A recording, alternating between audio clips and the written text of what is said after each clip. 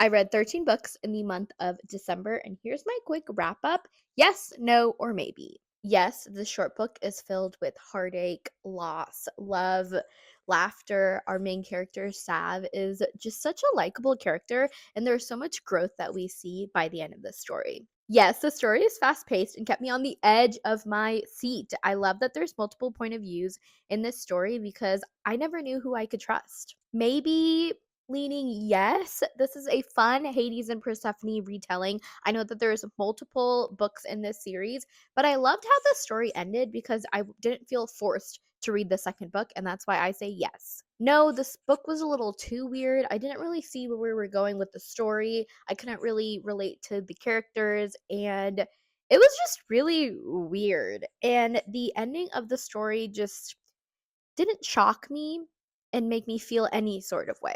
Maybe, but leaning towards yes for this short but mighty book. I did really enjoy reading from my main character's point of view. Olga just slowly spirals and falls apart uncontrollably, and it was very fascinating to read from that point of view. I love a female rage story.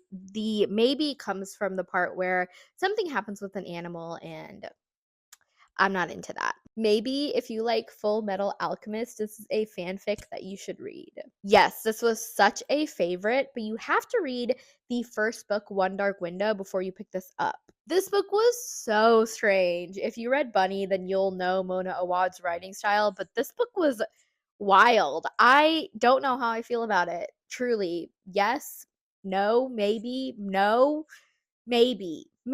I'm still not sure. Yes to both of these. This is an interconnected standalone, and I had such a lovely time with these holiday romances.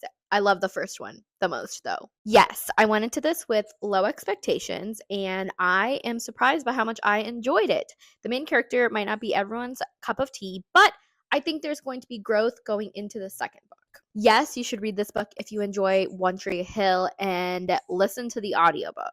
Yes, if Emily Gilmore is one of your favorites, I recommend listen to the audiobook.